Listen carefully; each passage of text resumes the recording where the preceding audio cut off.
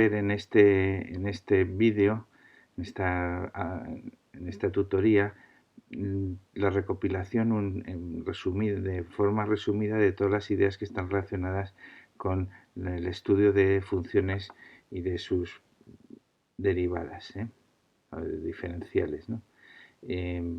Esto nos va a servir para tener un esquema, un resumen, para luego poder estudiar el libro de texto de una manera más intuitiva y sobre todo para hacer, que lo haremos en otra tutoría, problemas de exámenes de curso anterior relacionados con funciones.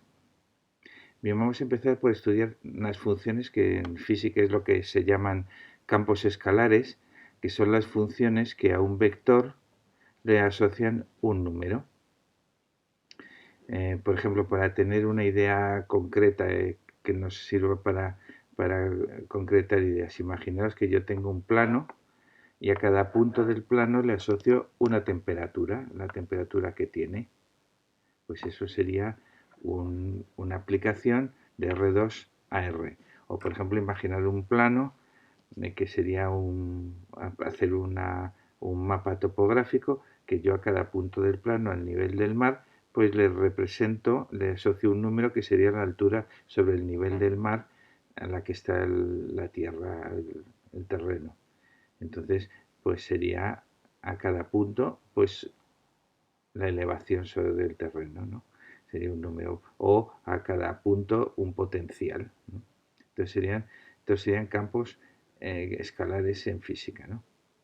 Entonces las funciones que van de Rn a R, por ejemplo, vamos a ver un ejemplo. Por ejemplo, un ejemplo sería a cada punto x, y, z de R3, pues le asocio una función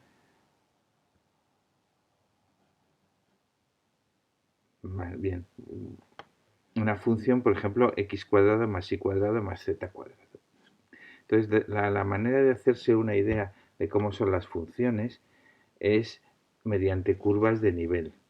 Es decir, por ejemplo, en esta función yo digo cuáles son el conjunto de puntos cuya imagen es una constante c. Por ejemplo, cuáles son los puntos en los cuales x cuadrado más z cuadrado y cuadrado más z cuadrado es igual a 10. Pues evidentemente pues eso sería una esfera. Una esfera, como sabemos que las esferas tienen por ecuación x cuadrado más y cuadrado más z cuadrado igual a r cuadrado, pues serían esferas de radio raíz de c.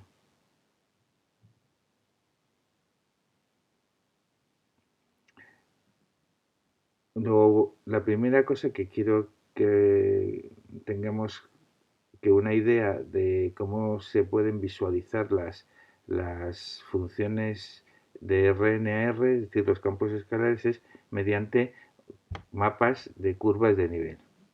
Por ejemplo, otro ejemplo, es f de x y es igual a x cuadrado menos y cuadrado. Si yo hallo las curvas de nivel x cuadrado menos y cuadrado igual a c, estos son, cuando c es mayor que 0, pues serían este tipo de hipérbolas, y cuando c es menor que 0, pues este otro tipo de hipérbolas, ¿no? Cuando c es 0, pues serían los dos, sería x más y por x menos y, suma por diferencia, diferencia y cuadrado es igual a 0, que sería la ecuación conjunta de dos rectas, x más igual a 0 y x menos igual a 0. Bueno, otra forma de representar, en el caso de las funciones que van de R2 a R, otra forma de hacernos una idea de cómo son las funciones es representarlos añadiendo una dimensión más, en este caso sería la dimensión z, y tengo que z es igual a f de x, y. En este caso, pues sería z igual a x cuadrado menos y cuadrado. Sería levantar en vertical la altura que correspondería a el valor x menos x cuadrado menos y cuadrado. Pues si os fijáis, los cortes por z igual a constante serían las curvas de nivel, z igual a constante, serían las distintas curvas de nivel que son hipérbolas. Si yo quisiera hacerme otra idea de cómo son, podría hacer curvas de nivel para x igual a constante, que serían cortes según el eje, planos transversales al eje x, que en este caso, como veis, son parábolas, o Cortés también podría haber hecho curvas de nivel según el eje y, ¿no? Que serían cuando y cuadrado es igual a c y es igual a c, pues esto vemos que son parábolas, ¿no? Otro concepto que quería concretar ahora es lo que se entiende por derivada direccional. Si yo tengo la función aquí en un punto y me muevo en una determinada dirección o en otra determinada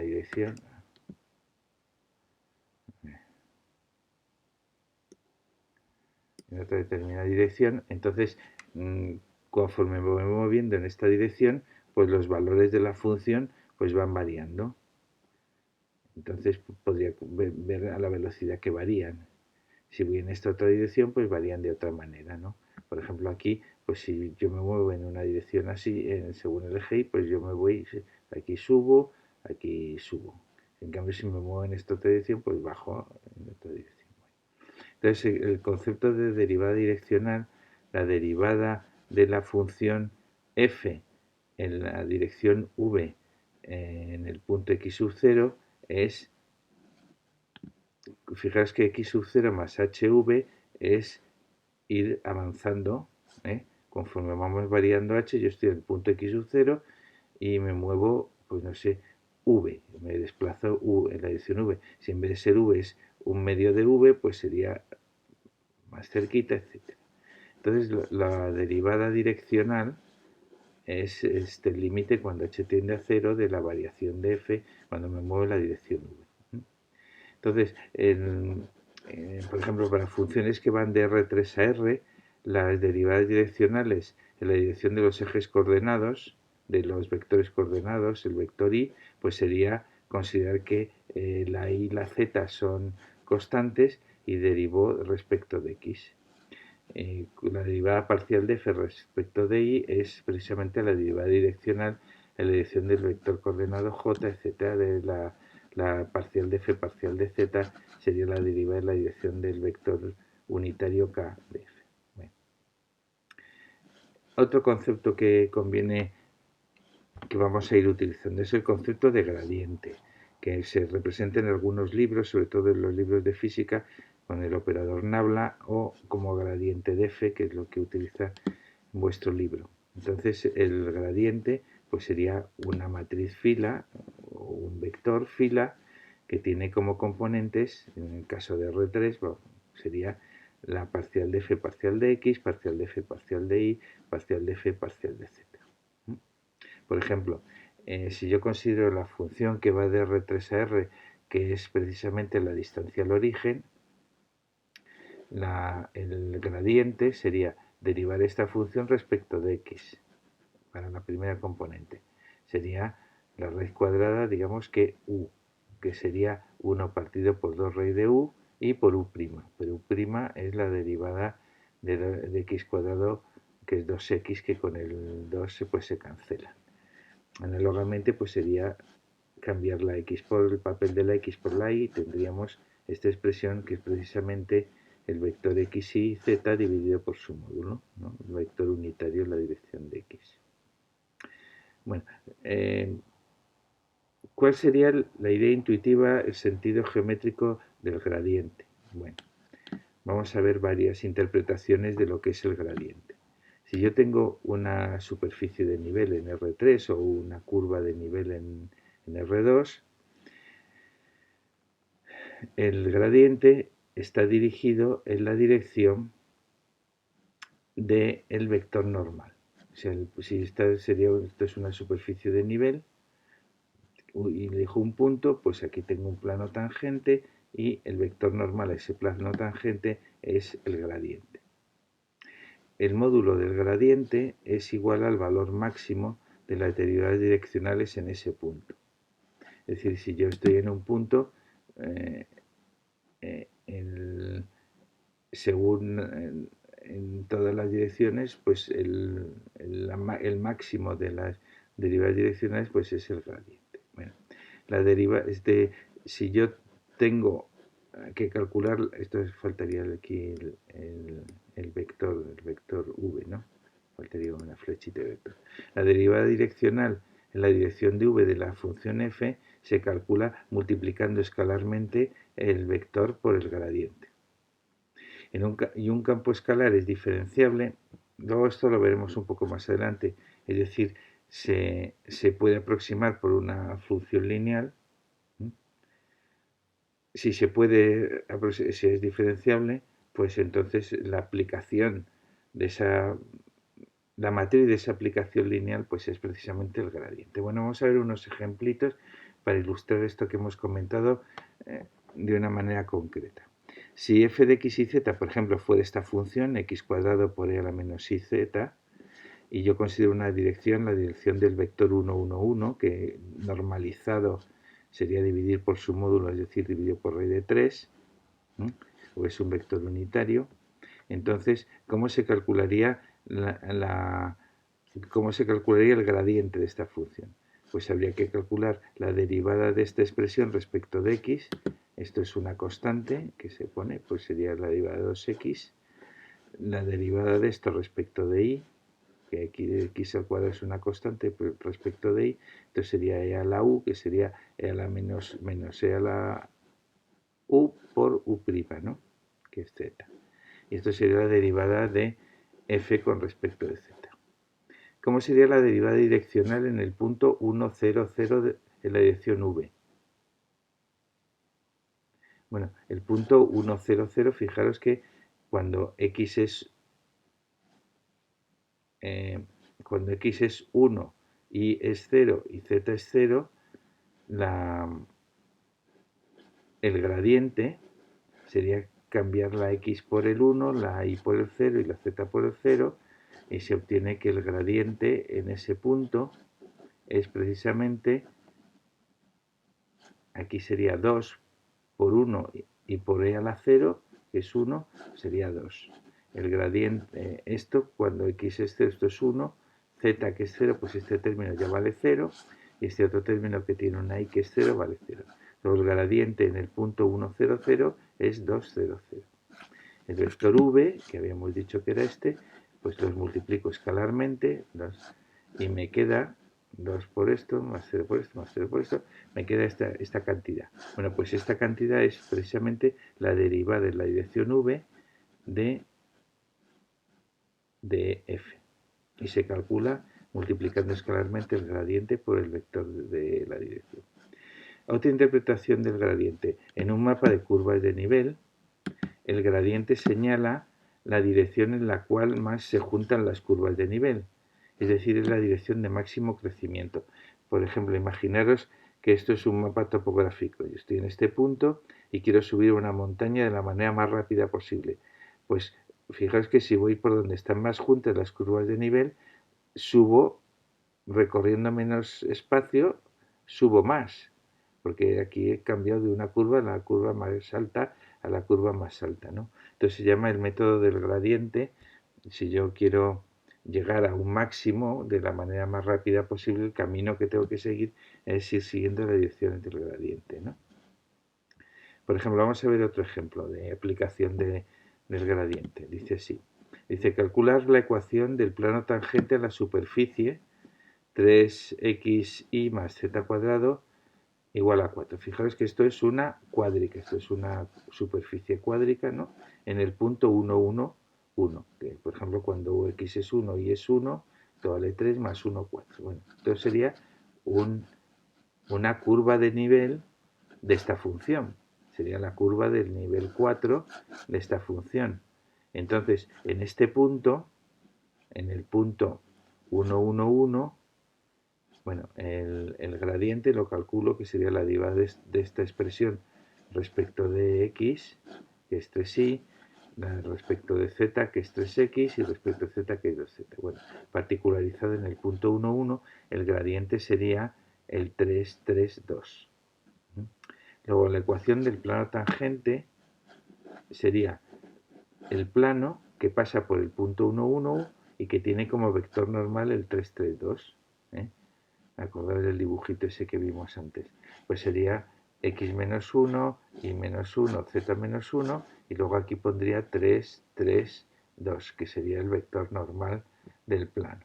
Si yo desarrollo, pues 3x, 3y y 2z, y luego sería menos 3, menos 6 y menos 8. ¿Vale? Bueno, una idea fundamental, el teorema de Taylor. Fijaos, ¿cuál es la idea fundamental del teorema de Taylor cuando yo estoy considerando funciones que van de R en R? Pues lo que dice el teorema de Taylor es que si yo conozco una función localmente, es decir, la conozco en un punto, sé lo que vale la función en un punto, sé lo que vale su derivada en el punto, sé lo que vale su segunda derivada en el punto, y así todas sus derivadas. O sea, conozco una función localmente perfecta.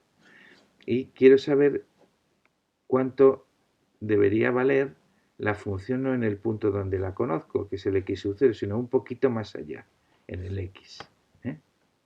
Pues sería, la primera aproximación sería considerar el valor en x como el valor en x sub 0, muy bien. Luego sería considerar una aplicación lineal, que sería considerar el valor en el x sub 0 más una segunda aproximación, x menos x sub 0 es la distancia que hay entre x y x sub 0. Sería la proporcionalidad de la derivada, es decir, sería como aproximar por la tangente. Luego, si voy considerando aproximaciones sucesivas, pues implica la segunda derivada.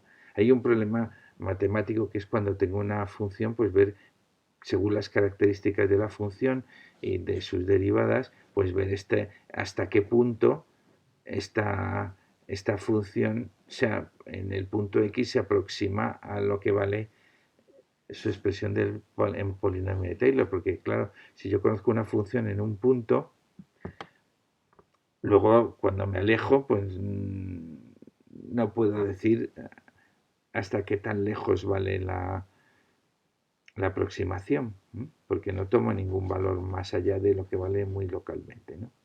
Bueno, para funciones de campos escalares, pues hay una versión del teorema de Taylor que también te dice cómo es la función, conocida como es una función en un punto, conocerla como es en un punto que está un poco más allá. Vamos a ver la expresión del teorema de Taylor. Dice, si yo conozco la función en un punto x sub 0 y sub 0, van para R2, ¿cómo es la función un poquito más allá? Es decir, x sub 0 más el incremento de x y sub 0 más el incremento de la y. Bueno, pues es el gradiente aplicado, o sea, esto es una matriz fila, aplicado al vector de los incrementos, más, esta sería la parte lineal, más una parte cuadrática, que tiene, bueno, esto es una formulación del teorema de Taylor, si os acordáis, para estudiar el resto, se ponía un valor intermedio entre uno y otro, pero bueno, vamos a fijarnos solo en esta parte. Es una forma cuadrática, que esta sería la matriz de la forma cuadrática, que es la segunda derivada respecto a x dos veces, la segunda derivada respecto a f, de f respecto a x y a y, la segunda derivada, aquí falta un 2. Bueno, la segunda derivada de f respecto a x y respecto de y la segunda derivada de f respecto de y dos veces, ¿no? Esta matriz, en principio, si se verifica que es muy general, que las derivadas en distinto orden son iguales, sería una matriz simétrica, ¿no?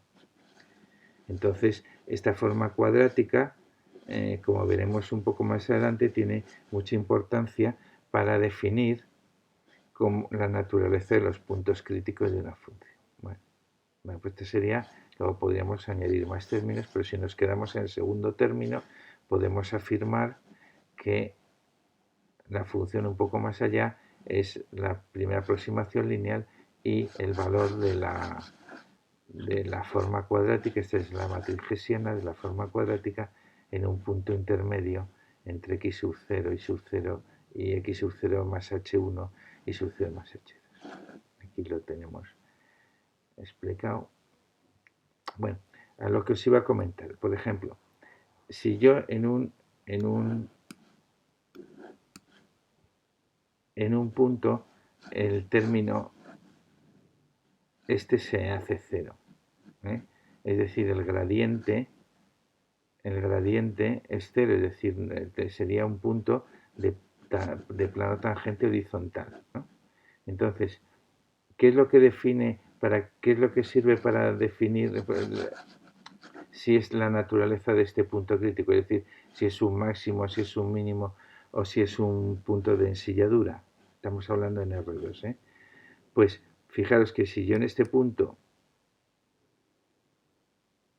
es el valor de la función x sub 0, el término lineal es 0, lo que me dice que si yo me muevo un poquito y bajo, ¿eh? Es decir, este término es negativo, ¿eh? Entonces me hallaría entre un máximo. Si yo cuando me desplazo un poquito subo, el valor de la función sube, tendría un mínimo.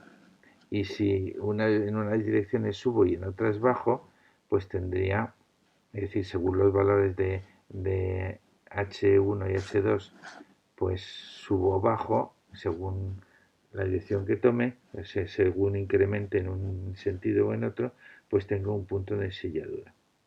Entonces, la naturaleza de una forma cuadrática se estudiaba en el álgebra, y la manera de ver si era definida positiva, definida negativa o indefinida había varios métodos, pero bueno, el más natural es estudiar los autovalores. Bueno, entonces vamos a ver un ejemplo. Por ejemplo, imaginaos que yo tengo esta función. F de R2 a R es x cuadrado más y cuadrado. Esta sería la representación como superficie, poniendo el eje z igual a f de xy, y esto sería la representación como curvas de nivel, serían círculos concéntricos. Entonces, el gradiente de f es de una matriz que tiene como componentes parcial de f parcial de x, que es 2x, parcial de f parcial de y, que es 2y. Si yo digo que el gradiente es 0, que sería un punto crítico, entonces necesariamente es x igual a 0 e igual a 0. Luego el punto 0, 0 es un punto crítico. Si yo me muevo un poquito más allá del 0, 0, la función aumenta, ¿eh? En todas las direcciones.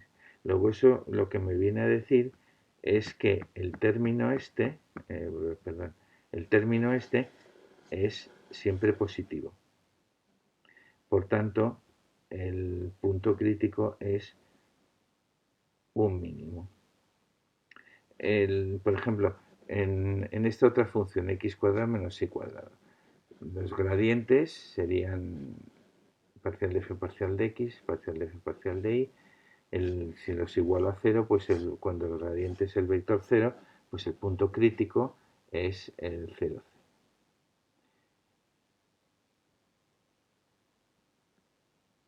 Bueno, para clasificar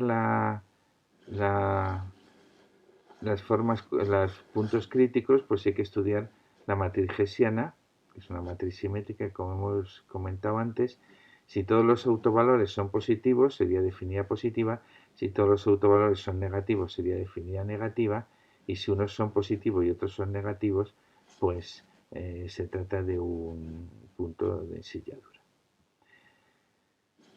En álgebra se estudiaron otras maneras de estudiar si una forma cuadrática es definida positiva o no.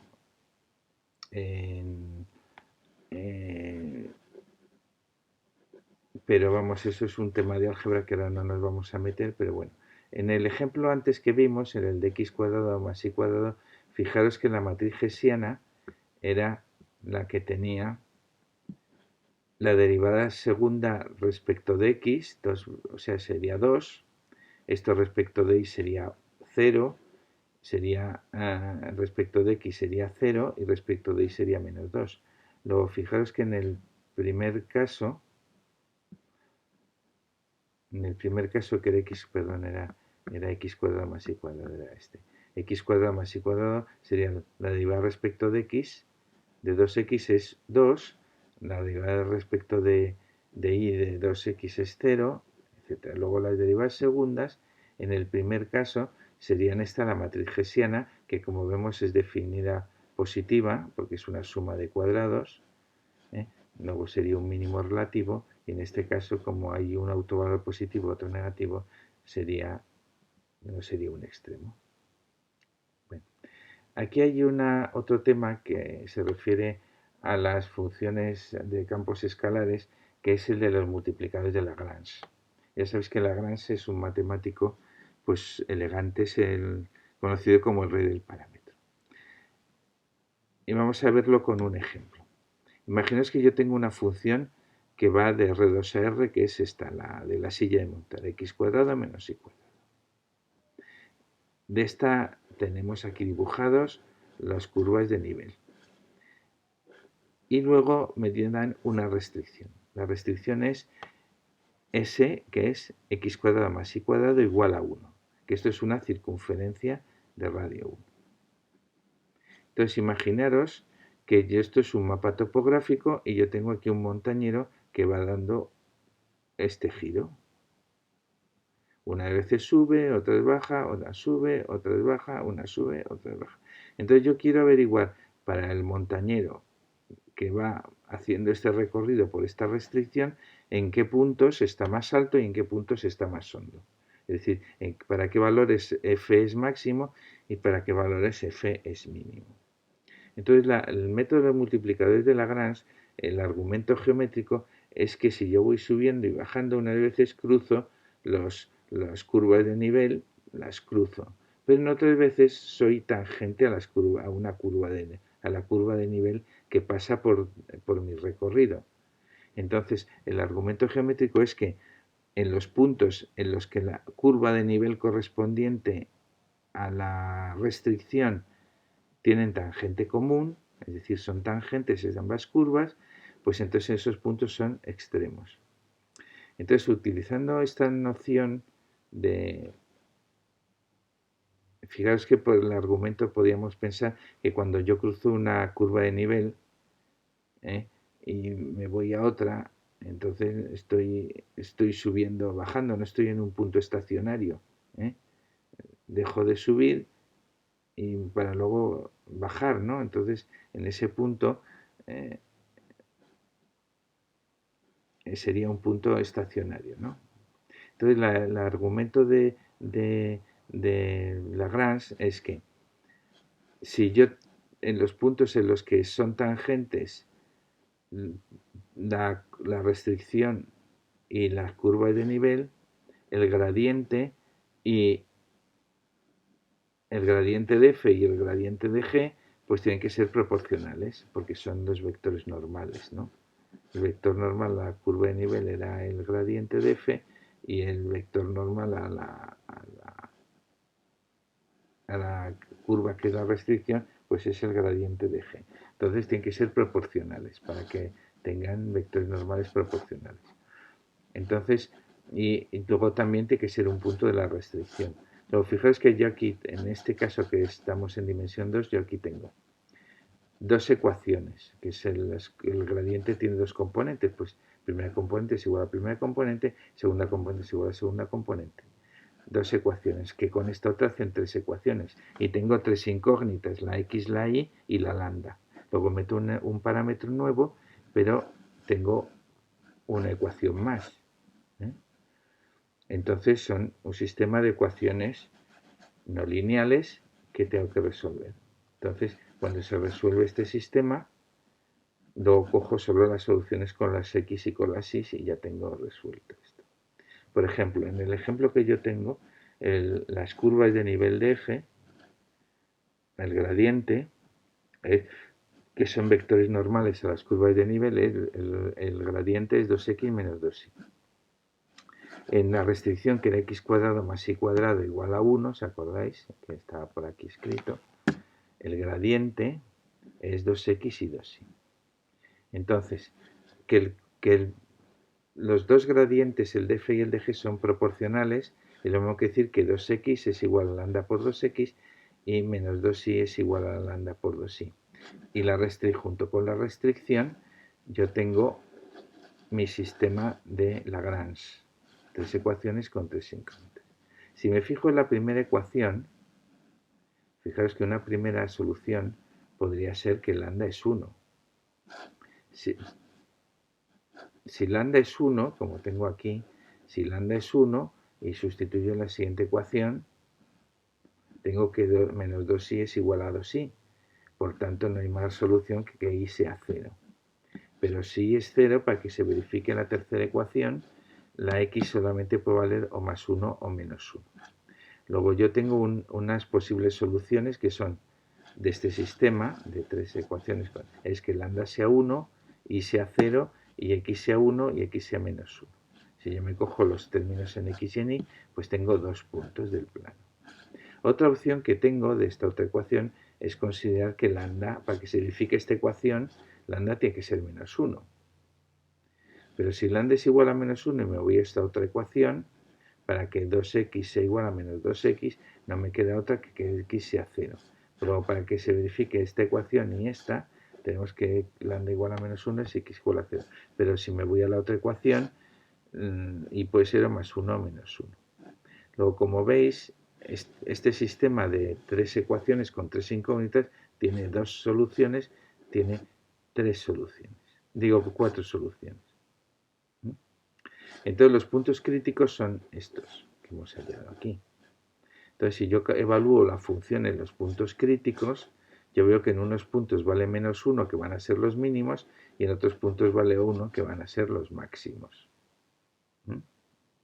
Son precisamente los que tenía dibujados aquí.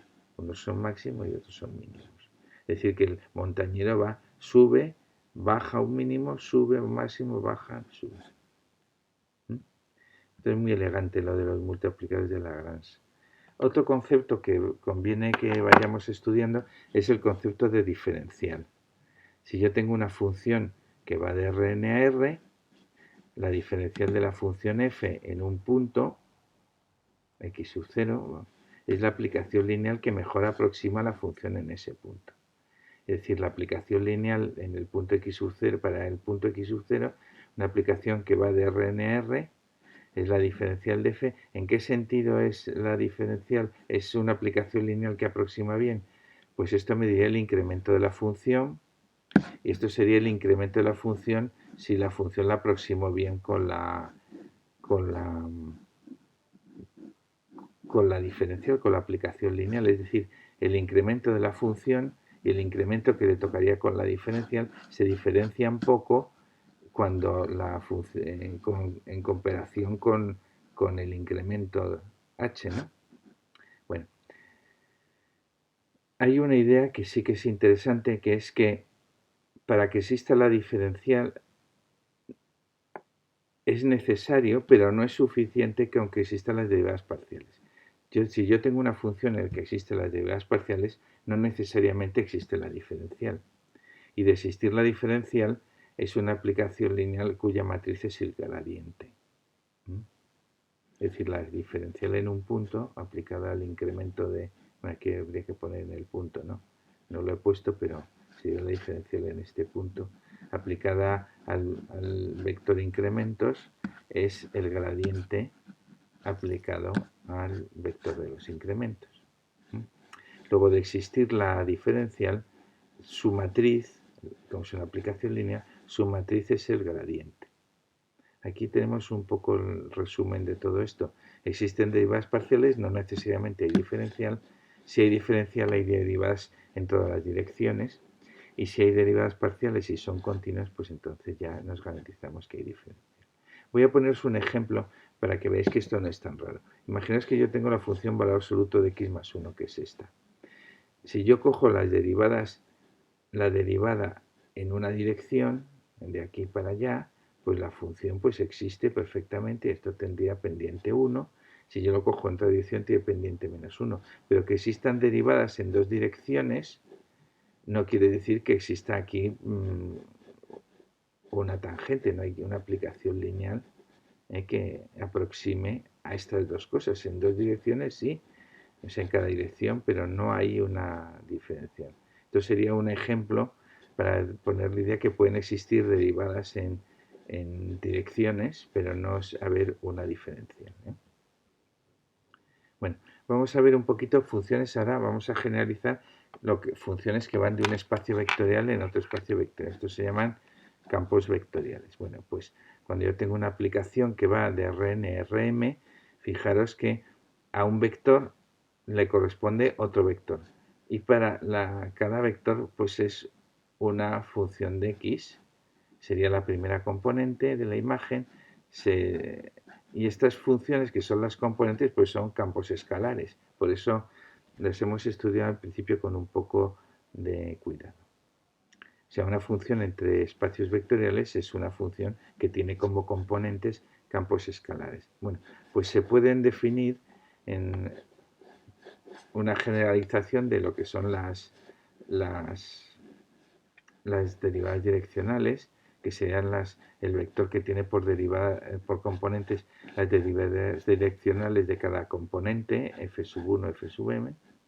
Podemos definir un poco la generalización de lo que vimos de la matriz de la diferencial de haberla. Tiene una matriz que sería, en el caso de campos escalares, era el gradiente. En este caso es lo que se llama la matriz jacobiana, que sería, en esta notación sería F1 es la primera componente respecto a la primera coordenada. Esto sería la primera componente F1, que es un campo escalar, respecto a la segunda coordenada, etc., ¿no? Con esta notación, pues sería la que sería la matriz jacobiana. Por ejemplo, vamos a ver un ejemplo. Por ejemplo, si yo tengo una función vectorial que va de R2 a R2, definida así, para el vector xy se le corresponde la primera componente es x menos tangente de y, la segunda componente es y cuadrado e a la x. Entonces, en un punto genérico sería la matriz jacobiana, sería la parcial, que es lo que en la notación anterior era d sub 1, respecto de x, esto sería d sub 2, respecto a la segunda componente, en este caso, pues como son x e y, pues le ponemos x e y. Si fuera x1, x2, pues sería la derivada respecto de 1, la derivada respecto de x2, ¿no? Bueno, entonces hacemos las derivadas parciales de la primera componente respecto de x, de la primera componente respecto de y, la segunda componente respecto de x y la segunda componente respecto de y. Y luego si particularizo en el punto 0, 0, pues me queda, esta sería la matriz jacobiana. Para aplicaciones vectoriales de funciones de variable vectorial, en funciones vectoriales de variable vectorial, pues sería lo mismo, generalizaríamos la definición de diferencial. Una función es diferenciable en un punto A si existe una aplicación lineal que aproxima bien a f en A. Es decir, el incremento de la función del incremento de valor h en A, pues sería como la aplicación lineal esa en cuestión aplicada a h, ¿no? Y esta diferencia entre el incremento de la función y aplicar la diferencial, pues comparada con el incremento, pues tiende a cero. Es decir, que es una buena aproximación. De existir la diferencial, pues es el jacobiano. Otra idea que tenemos que es que si una función es lineal, pues su diferencial pues es la propia función. La matriz es la jacobiana. Bueno, en las funciones vectoriales hay unas reglas de derivación que, como podéis ver, pues son semejantes a las reglas de derivación de funciones reales de variable real, pues como que la derivada la suma de las derivadas, la derivada de un producto, etc. Aquí una idea que también es interesante que estudiemos es cómo sería la regla de la cadena en funciones vectoriales. Fijaros lo siguiente, vamos a verlo aquí. Yo tengo una función que va de Rn a Rm y una función g que va de Rm a Rp, con este esquemita. Yo tengo un valor x sub 0 que le aplico a la función f y tendría su imagen, que es f de x sub 0, Le aplico la función g y tendría g aplicada al valor f de x sub 0. De tal manera que la g cerito f, que es g aplicado a f de x sub 0, pues me pasaría de x sub 0 a esta imagen de la composición. Bueno, pues lo que viene a decir la regla de la cadena es que la matriz jacobiana de G cerito F en el punto X sub 0 es la matriz jacobiana de G en el punto F de X sub 0 multiplicado por la matriz jacobiana de F en el punto X sub 0. Es decir, si yo en vez de tener funciones no lineales tuviera funciones lineales, recordar que la composición de aplicaciones lineales pues es precisamente el producto de matrices. Lo estudiamos en el cuatrimestre pasado. Vale. Entonces vamos a verlo con un ejemplito. Si yo voy a considerar dos funciones.